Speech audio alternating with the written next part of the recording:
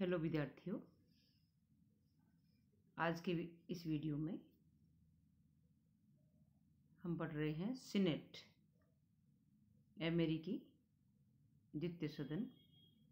Senate अमेरिकी कांग्रेस के द्वितीय सदन सीनेट में सभी इकाइयों को समान प्रतिनिधित्व प्रदान किया गया है और अमेरिकी संघ की प्रत्येक इकाई यानी राज्य के द्वारा इसमें अपने 2 प्रतिनिधि भेजे जाते हैं। सीनेट में प्राप्त इस प्रतिनिधित्व में किसी भी राज्य को उसकी इच्छा के बिना वंचित नहीं किया जा सकता है।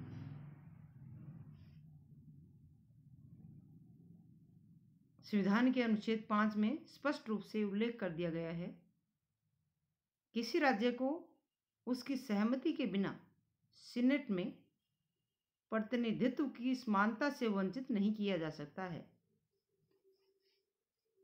प्रारंभ में जब 13 राज्यों ने मिलकर अमेरिकी संघ का निर्माण किया, उस समय सीनेट के सदस्यों की संख्या केवल 26 थी, परंतु अब अमेरिकी संघ में 50 राज्य हैं और सीनेट की सदस्य संख्या 100 हो गई है।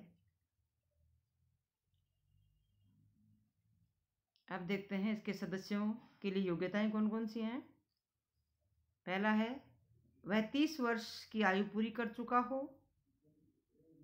वह उस राज्य का निवासी हो जिसका प्रतिनिधित्व वह सीनेट में करना चाहता है,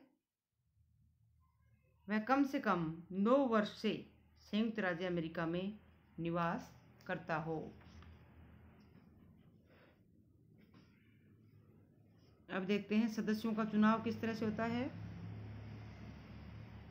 प्रारंभ में अप्रत्यक्ष रूप से इसका सदस्यों का निर्वाचन हुआ करता था, लेकिन 1912 में संविधान में 17वां संशोधन प्रस्तावित किया गया, जिसका उद्देश्य था कि सीनेट के सदस्यों का चुनाव सीधे जनता द्वारा किया जाए। यह संशोधन 1913 में पारित हुआ और तब से ही सीनेट के सदस्यों का प्रत्यक्ष रूप से निर्वाचन होता है। इसके परिणाम स्वरूप सीनेट का महत्व बढ़ गया है और अब यह जनता की वैसी ही प्रतिनिधि बन गई है जैसी कि प्रतिनिधि सभा। अब देखते हैं इनकी अवधि कितनी है सदस्यों की। सीनेट एक स्थायी सदन है जिसके सदस्य 6 वर्ष की अवधि के लिए निर्वाचित किए जाते हैं। प्रति 2 वर्ष बाद 1/3 सदस्य अवकाश ग्रहण करते हैं, जिनके स्थान पर नवीन निर्वाचन कराए जाते हैं। सदस्यों के पुनर्निर्वाचन पर कोई प्रतिबंध नहीं है और अनेक सदस्य लंबे समय तक इसके सदस्य बने रहते हैं। गणपूर्ति का जहाँ तक सवाल है, सीनेट की बैठकों के लिए कुल सदस्यों के बहुमत की उपस्थिति आवश्यक है।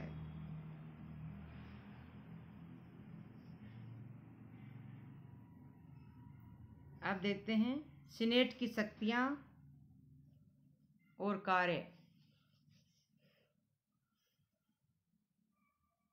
लॉर्ड ब्राइस कहते हैं, सीनेट शासन में गुरुत्वाकर्षण का केंद्र है। एक ओर तो यह प्रतिनिधि सभा की लोकतंत्रात्मक असावधानी और धृष्टता पर तथा दूसरी ओर राष्ट्रपति की राजनीतिक महत्वाकांक्षाओं पर रोक लगाने वाली एक सत्ता है। सीनेट की शक्तियां और कार्य पढ़ रहे हैं, जिसमें पहला आता है कानून निर्माण संबंधी शक्तियां, दूसरा है कार्यपालिका संबंधी शक्तियां, तीसरा है अन्वेषण की शक्ति, न्यायिक शक्तियां और अन्य शक्तियां। पहला है कानून निर्माण संबंधी शक्तियां, लेजिस्लेटिव पावर्स। सीनेट अमेरिकी कांग्रेस का द्वितीय सदन है और सामान्यतया वर्तमान समय में प्रजातंत्रात्मक देशों में व्यवस्थापिका के द्वितीय सदन को कानून निर्माण में गौण स्थिति प्राप्त होती है, लेकिन अमेरिकी सीनेट के संबंध में ऐसा नहीं है। मुनरो के शब्दों में, यह कांग्रेस की एक समानपदी शाखा है, अधीन नहीं है और निम्न सदन के साथ राष्ट्रीय कानून निर्माण के कार्य में साझेदार है।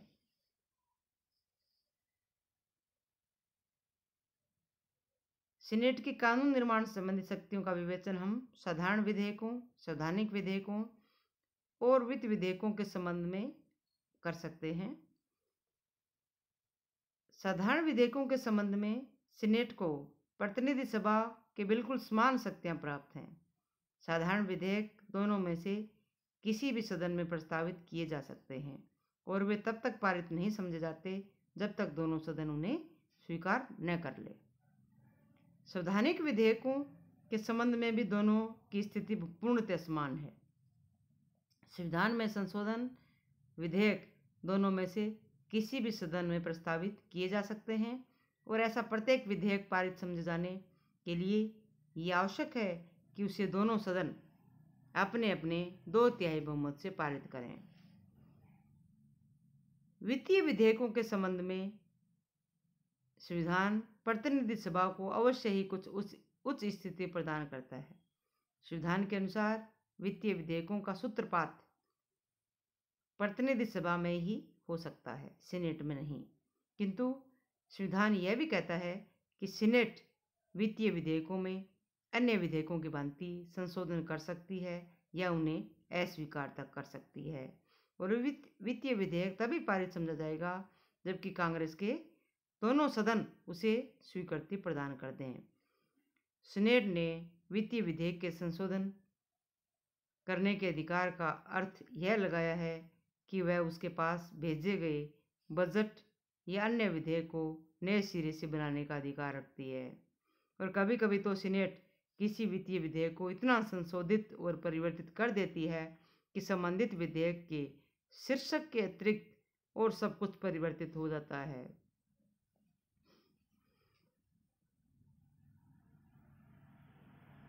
तो इस प्रकार से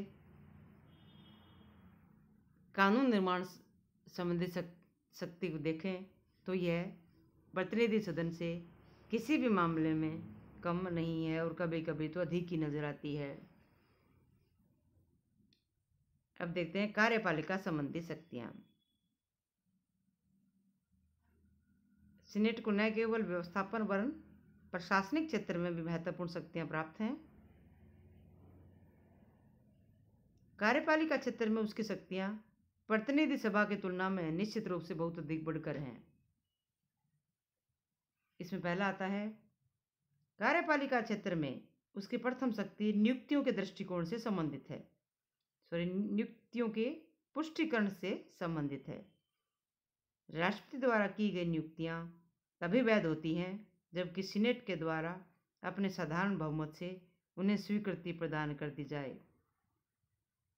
राष्ट्रपति 2 प्रकार की नियुक्तियां कर सकता है। पहली प्रकार की वे नियुक्तियां हैं जो सारे राष्ट्र से संबंधित होती हैं, जैसे राजदूत, मंत्रिमंडल के सदस्य, सर्वोच्च न्यायालय के न्यायाधीश और उच्च सैनिक अधिकारी आदि।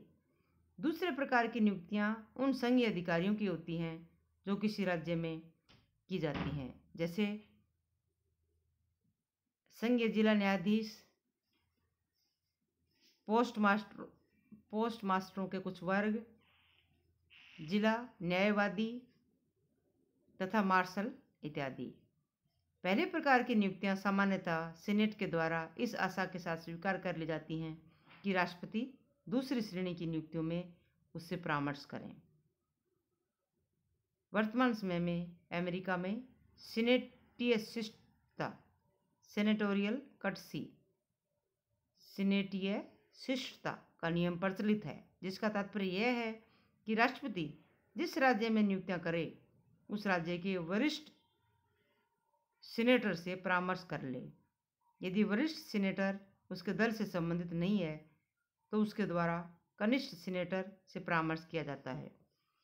यदि दोनों ही सीनेटर राष्ट्रपति के दल से संबंधित नहीं है तो वह सीनेटरों से परामर्श करने के लिए बाध्य नहीं है, परंतु व्यवहार में राष्ट्रपति उस राज्य के सीनेटरों से परामर्श कर लेता है, चाहे वे विरोधी दल के ही हों, जिससे सीनेट में उन नियुक्तियों का विरोध न हो।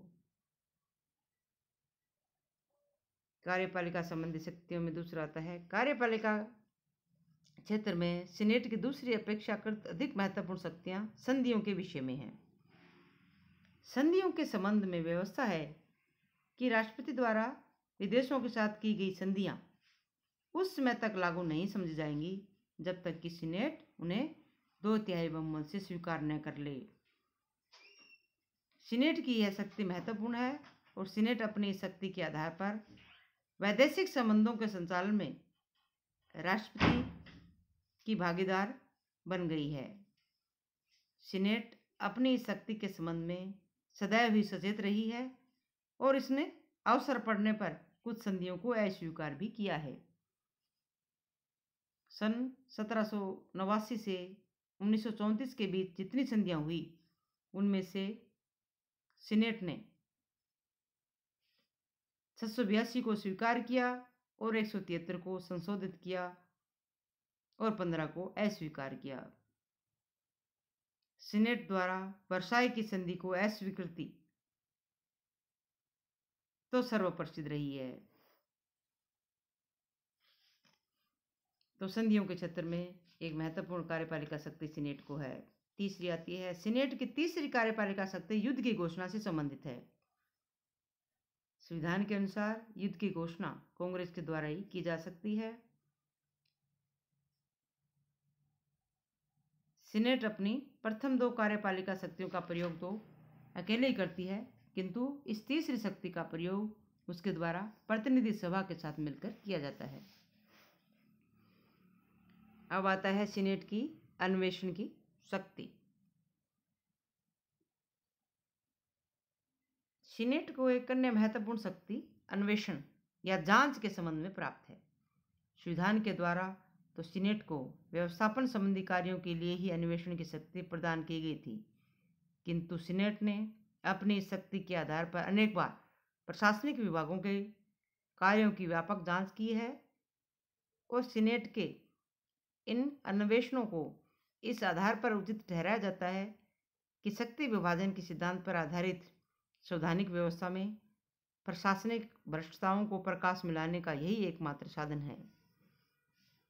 सीनेट द्वारा किए गए अन्वेषण से राष्ट्रपति होर्डिंग्स के काल में तेल षड्यंत्र प्रकाश में आया, जिसके परिणाम स्वरूप 3 मंत्रियों को त्यागपत्र देना पड़ा। 1929-30 के आर्थिक संकट के पूर्व और संकट काल में वॉल स्ट्रीट के द्वारा अपनाए गए भ्रष्ट तरीके सीनेट के अन्वेषण के परिणाम स्वरूप ही प्रकाश में आए। सीनेट के इस अन्वेषण संबंधी कार्य ने अत्यधिक महत्व प्राप्त कर लिया है और समस्त विश्व का ध्यान अपनी ओर आकर्षित किया है। वाटरगेट कांड के सत्यों को प्रकाश में लाने के लिए सीनेटर जेम्स इरविन की अध्यक्षता में सीनेट की न्यायिक समिति ने जांच कार्य किया और न्यायालय के साथ साथ सीनेट द्वारा की गई जांच ने अमेरिका की समस्त प्रशासनिक व्यवस्था को हिलाकर रख दिया।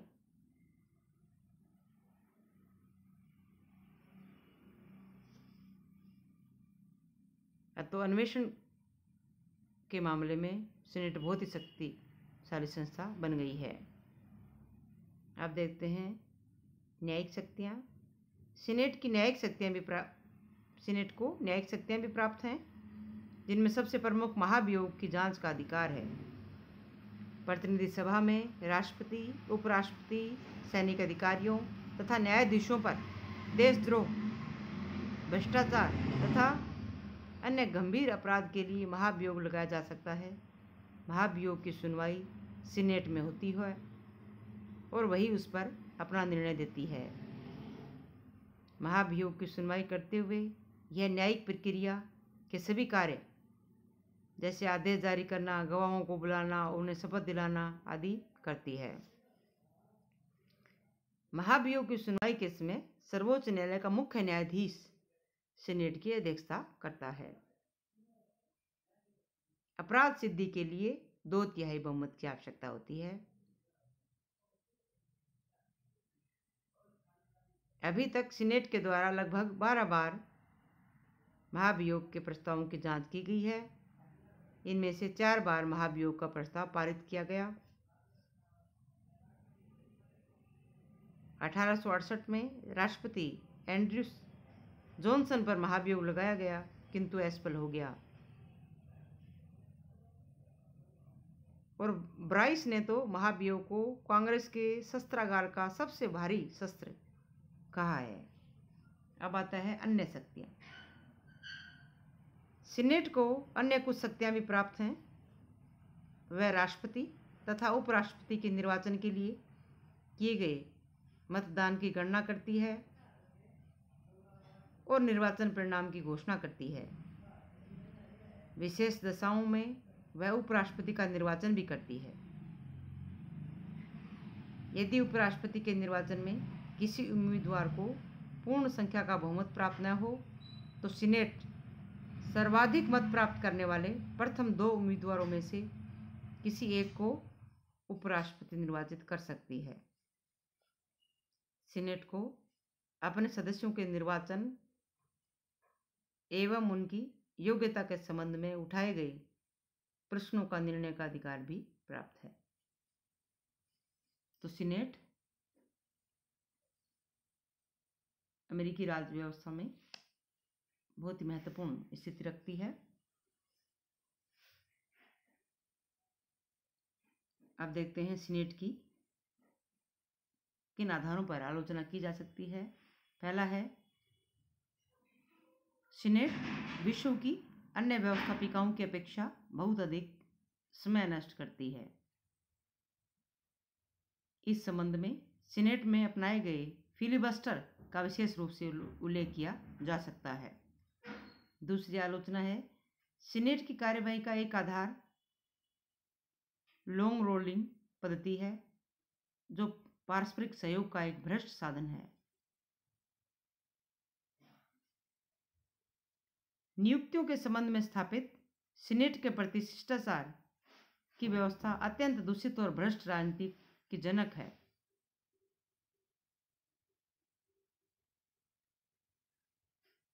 सीनेट जो कि प्रशासन के प्रति या प्रशासनिक कार्यों के लिए उत्तरदायी नहीं है, उसे महत्वपूर्ण प्रशासनिक शक्तियां प्राप्त होना किसी भी प्रकार से उचित नहीं कहा जा सकता।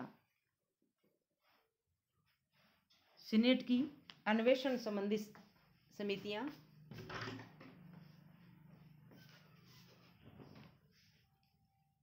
सीनेट की अन्वेषण संबंधी समितियों की कार्यवाही राजनीतिक दलबंदी से प्रभावित होती हैं और इसमें राष्ट्रीय हितों की उपेक्षा की जाती है।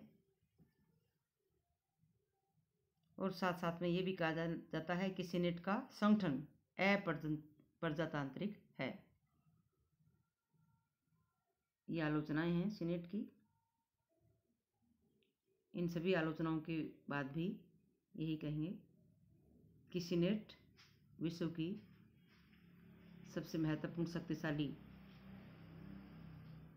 सदन के रूप में उभरा है। तो आज हमने अमेरिकी सीनेट के बारे में पढ़ा। धन्यवाद।